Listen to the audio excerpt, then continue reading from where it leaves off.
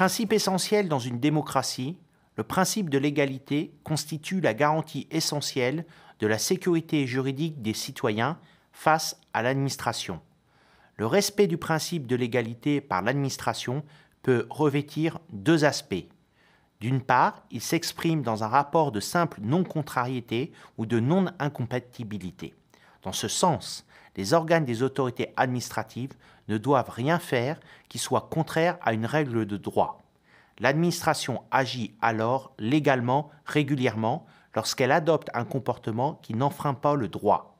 D'autre part, il s'exprime dans un rapport de conformité, c'est-à-dire que l'acte légal est seulement celui qui est conforme au droit. Dans cette vision, tous les actes des autorités administratives doivent être conformes à la législation et à la réglementation. La légalité se présente alors comme un rapport entre l'activité administrative et les règles qui régissent cette activité. Il faut donc rechercher quelles sont ces règles que l'administration ne peut pas méconnaître et dont la violation est de nature à entraîner une sanction juridictionnelle, c'est-à-dire une annulation ou une réparation décidée par le juge. Ces règles ne sont pas seulement constituées par la loi, mais aussi par d'autres normes telles que la Constitution, les traités internationaux, les actes administratifs généraux ou individuels et les décisions de justice.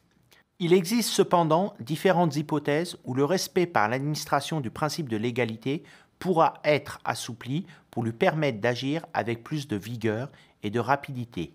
L'État, même proclamé démocratique, admet qu'en période de crise, la nécessité doit l'emporter sur le strict respect de la légalité. Ainsi, en premier lieu, la théorie des circonstances exceptionnelles, élaborée par le Conseil d'État, admet qu'en période de crise, notamment en période de guerre, la puissance publique dispose de pouvoirs exceptionnellement étendus afin d'assurer la continuité des services publics. Aussi, cette doctrine autorise-t-elle l'État à s'affranchir des règles habituelles de compétence, de forme et du respect du principe de fond. Ainsi, le droit français contient deux dispositifs qui tendent à augmenter les compétences de l'autorité administrative pendant des périodes de grande difficulté, l'état de siège et l'état d'urgence.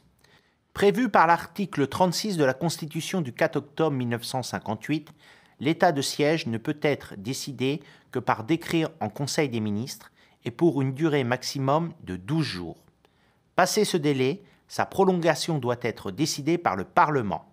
En outre, pour faire face à un péril imminent résultant d'atteintes graves à l'ordre public ou d'événements présentant par leur nature et leur gravité le caractère de calamité publique, l'état d'urgence peut être proclamé comme le prévoit la loi du 3 avril 1955. Ce dispositif fait l'objet d'une vidéo spécifique dans le présent module.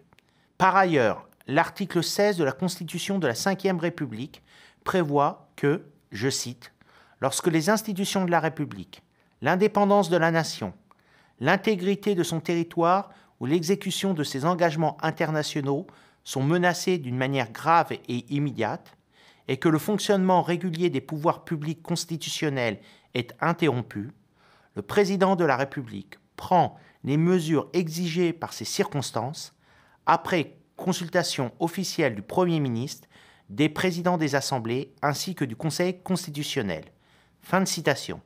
Ce dispositif n'a été utilisé, pour l'heure, qu'une seule fois sous la Ve République, par le général de Gaulle en 1961, consécutivement à la tentative de putsch de généraux lors de la guerre d'Algérie. Enfin, il existe un dernier dispositif exorbitant du principe de l'égalité. Il s'agit de la théorie des actes de gouvernement. Traditionnellement, les actes de gouvernement étaient définis par leur mobile politique, cette notion étant entendue de manière assez large. S'il n'existe pas de théorie générale de l'acte de gouvernement, il est possible d'établir une typologie. Les actes de gouvernement tombent dans deux catégories. Les actes qui touchent au rapport entre les pouvoirs publics constitutionnels et les actes liés à la conduite des relations extérieures de la France. Constitue par exemple un acte de gouvernement non susceptible de recours la nomination d'un Premier ministre par le Président de la République.